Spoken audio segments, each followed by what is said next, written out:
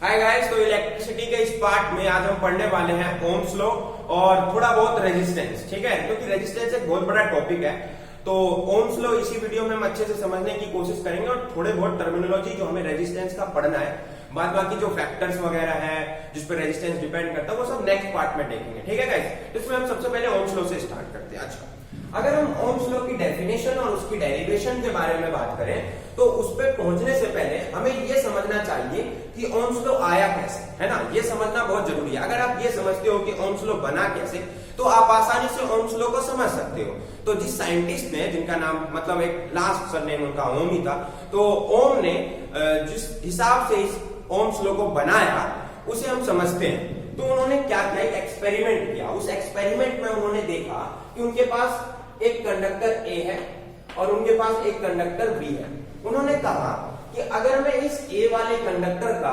Potential ज्यादा कर दूं एज कंपेयर टू बी वाला पोटेंशियल, यानी किसी भी एक कंडक्टर का पोटेंशियल उन्होंने क्या किया, बढ़ा दिया, तो उन्होंने उसके बाद क्या कहा कि इन दोनों कंडक्टर को जोड़ दो।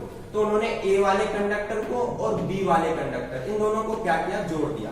जैसे ही उन्होंने जोड़ा तो उन्होंने देखा कि इलेक्ट्रॉन हायर पोटेंशियल से लोअर पोटेंशियल मूव करने लगे। बिल्कुल ऐसे मूव नहीं कर रहे, मैं बता रहा हूं कि इधर से इधर गए, यानी ए वाले कंडक्टर से बी वाले कंडक्टर में वो मूव करने लगे। अच्छा, एक बात बताओ, जैसे ही इलेक्ट्रॉन मूव करेगा इसका मतलब करंट फ्लो होगा। तो उन्होंने कहा कि जब दोनों ही कंडक्टर के पोटेंशियल अलग अलग थे, यानी उनके बीच कोई डिफरेंस था, तो इलेक्ट्रॉन ट्रांसफर हो रहा था higher potential to lower potential और करंट फ्लो हो रहा था। तो इस केस में क्या हुआ, इस केस में आई जो है वो क्या कर रहा था, फ्लो कर रहा था। लेकिन कब तक फ्लो हुआ, तो साइंटिस्ट ने कहा कि जैसे ही दोनों का पोटेंशियल बराबर हो गया, आई जो है यानी करंट जो है वो स्टॉप हो गया। क्या हो गया, स्टॉप हो गया, यानी करंट फ्लो होना बंद हो गया। तो उन्होंने कहा कि अगर दो वायर के बीच कुछ पोटेंशियल डिफरेंस बना दो, अगर कम ज्यादा बना दो, मतलब वही कम ज्यादा बना दो, तो करंट फ्लो होगा। लेकिन अगर दोनों ही वायर में सेम पोटेंशियल बना दो तो करंट फ्लो नहीं होगा, करंट फ्लो नहीं होगा। ठीक है, तो आप ऐसा सोचो कि आपको ये बल्ब जलाना है अपने मर्जी के मुताबिक। ये एक ए पॉइंट, ये एक बी पॉइंट है। ठीक है, अगर आपको इस बल्ब को जलाना है तो आप अगर यहाँ पे भी 7 वोल्ट दोगे, यहाँ पे भी 7 वोल्ट दोगे, तो कभी ये बल्ब ग्लो ही नहीं करेगा। क्यों? क्योंकि इनके बीच का डिफरेंस कितना है, 0 वोल्ट। लेकिन आप ये सोचो कि जैसे ही आप यहाँ 5 वोल्ट दे दोगे तो इनके बीच का डिफरेंस कितना, 2 वोल्ट का, और बल्ब ग्लो करना स्टार्ट कर देगा। तो गाइस, आपने देखा कि अगर हम पोटेंशियल डिफरेंस बना रहे हैं कुछ, तो बल्ब ग्लो करेगा। अगर कोई पोटेंशियल डिफरेंस नहीं बन रहा है, यानी दोनों ही एंड में सेम पोटेंशियल है, तो करंट फ्लो नहीं होगा और बल्ब ग्लो नहीं करेगा। तो हमें अपनी मर्जी के मुताबिक बल्ब ग्लो करवाना है, तो हमें 2 पॉइंट पे पोटेंशियल डिफरेंस हमेशा बना के रखना होगा। तो इस हिसाब से ओम्स ने कहा कि करंट और पोटेंशियल में एक रिलेशन है। वो रिलेशन क्या कहता है कि किसी भी कंडक्टर के अंदर जो करंट फ्लो हो रहा है वो डायरेक्टली प्रोपोर्शनल होता है पोटेंशियल डिफरेंस के at constant temperature of the conductor. जैसे मान लो एक वायर ले लिया मैंने, ये वायर रूम टेम्परेचर, किसी भी मतलब इस वायर का जो भी रूम टेम्परेचर हो, तो टेम्परेचर कौन सा, रूम टेम्परेचर। रूम टेम्परेचर पर जो करंट इसमें फ्लो हो रहा होगा उतना ही उसके अंदर जो पोटेंशियल डिफरेंस होगा वो होगा। ठीक है, वो डायरेक्टली प्रोपोर्शनल, मतलब आप करंट बढ़ा रहे हो तो पोटेंशियल डिफरेंस भी बढ़ेगा। तो डेफिनेशन समझते हैं। अब हमने एक्सपेरिमेंट समझ लिया है, आपको ये चीज अभी डेफिनेशन से समझ में आ जाएगी। ठीक है, एक किसी का शर्ट था जिससे मैंने साफ कर दिया, वो मुझे किल कर दिया। चलो कोई देखो, अब देखो आगे हम क्या करेंगे, डेफिनेशन देखेंगे। तो डेफिनेशन क्या कहता है, डेफिनेशन कहता है the current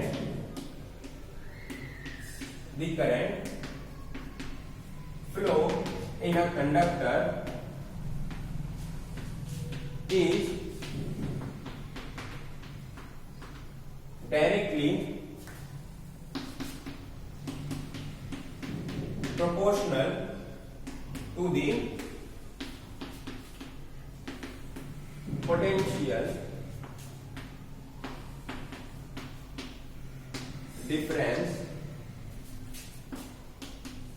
across its end point at constant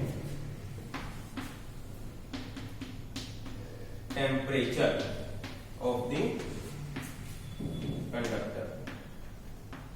constant temperature मतलब रूम टेम्परेचर जो बदलेगा, ठीक है, उतना ही टेम्परेचर रखना।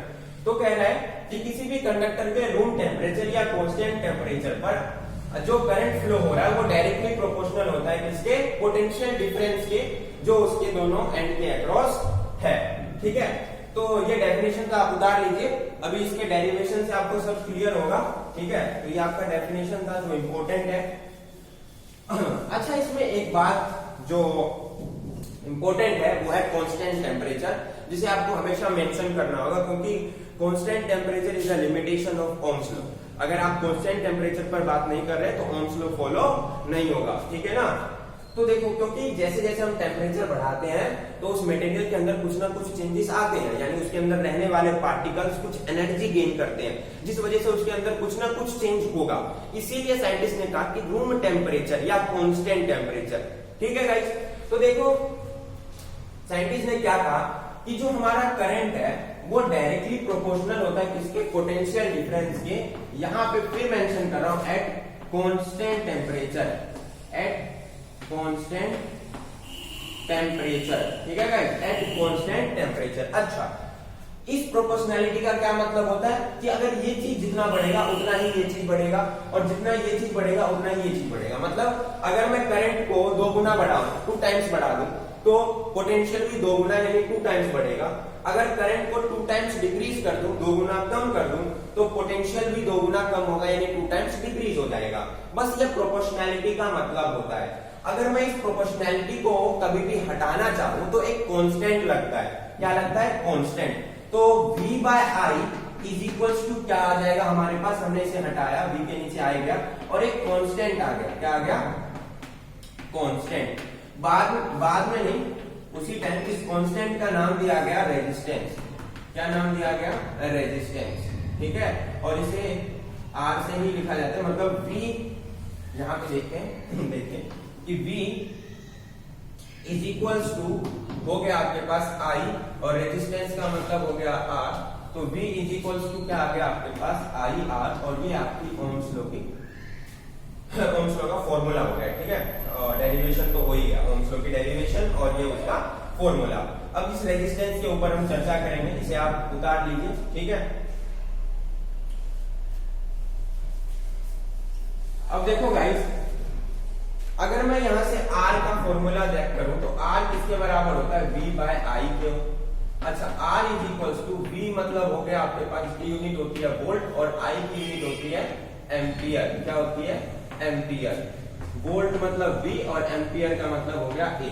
अच्छा, अब इस रेजिस्टेंस की बात करें। इस रेजिस्टेंस की जो यूनिट होती है, SI यूनिट, वो होती है ओम। क्या होती है, ओम। SI यूनिट, SI यूनिट क्या है, ओम। और इसे हम ओमेगा के साइन से डिनोट करते हैं। किससे, ओमेगा के साइन से डिनोट करते हैं।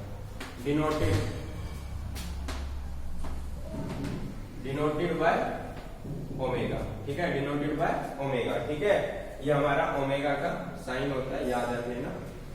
तो देखो R is equals to, R की जगह हम क्या लिख देते हैं, ओम लिख देते हैं, ओम। तो 1 ओम किसके बराबर है, 1 ओम बराबर है 1 वोल्ट अपॉन 1 एम्पियर। तो कभी भी आपसे पूछे कि 1 ओम को डिफाइन करो तो आप क्या कहोगे, when 1 ampere of current flow in a conductor and 1 volt of potential difference across its end of a conductor is known as 1 ohm. यानी किसी भी कंडक्टर के अंदर अगर 1 एम्पियर का करंट फ्लो हो रहा है और A पॉइंट से B पॉइंट के बीच 1 वोल्ट का पोटेंशियल डिफरेंस है, तो हम बोल सकते हैं कि इस कंडक्टर के अंदर कितने ओम का रेजिस्टेंस होगा, 1 ओम का रेजिस्टेंस होगा। ठीक है गाइस, कितने ओम का रेजिस्टेंस होगा, 1 ओम का रेजिस्टेंस होगा। ठीक है, इसकी SI यूनिट है ओम, इसे डिनोट करते हैं हम ओमेगा से। और भी कुछ बातें हैं जिसे हमें पढ़ना है, अभी तो ये स्टार्टिंग हुआ, ठीक है। देखो गाइस क्या होता है एक्चुअली में, देखो आपके पास मान लो ये हमने कोई भी मटेरियल ले लिया जिसे हम अंदर से देखने की कोशिश करते हैं, या आपने उसके अंदर कुछ इलेक्ट्रॉन्स बनाए, क्या बनाए, कुछ इलेक्ट्रॉन्स बना दिए, और ये आपने कुछ पॉजिट्रॉन्स बना लिए, पॉजिटिव पार्टिकल बना दिए, इलेक्ट्रॉन माइनस पे है, और आपने मान लो कि क्या किया कि यहां पे आपने 0 वोल्ट दिया, क्या दिया, 0 वोल्ट, मतलब कोई पोटेंशियल नहीं है। अगर आप कोई पोटेंशियल नहीं दोगे तो आप देखोगे कि ये इलेक्ट्रॉन रैंडमली मूव करेंगे, रैंडमली किसी भी डायरेक्शन में मूव करेंगे और टकराएंगे आपस में, क्या करेंगे, टकराएंगे, कोलोइड करेंगे आपस में, जिसके कारण क्या होगा कि ये इलेक्ट्रॉन मूव नहीं करेंगे। अगर इलेक्ट्रॉन मूव नहीं करेंगे तो करंट फ्लो नहीं होगा, तो 0 वोल्ट पे रेजिस्टेंस बढ़ जाता है। 0 वोल्ट पे क्या है, रेजिस्टेंस बढ़ रहा है, मतलब इसी को हम क्या कहते हैं, रेजिस्टेंस। क्या कह रहे हैं, रेजिस्टेंस, जो करंट को फ्लो होने से रोके, जो इलेक्ट्रॉन को फ्लो होने से रोके, यही क्या है हमारा रेजिस्टेंस। लेकिन जैसे ही आप यहाँ पे मान लो 2 वोल्ट का आपने पोटेंशियल दिया, तो आप क्या देखोगे कि ये इलेक्ट्रॉन बिल्कुल ही यूनिफॉर्म तरीके से स्ट्रेट पाथ में मूव करेंगे, जिसके कारण करंट जो है वो फ्लो करना स्टार्ट कर देगा, करंट जो है वो फ्लो करना क्या करेगा, स्टार्ट कर देगा।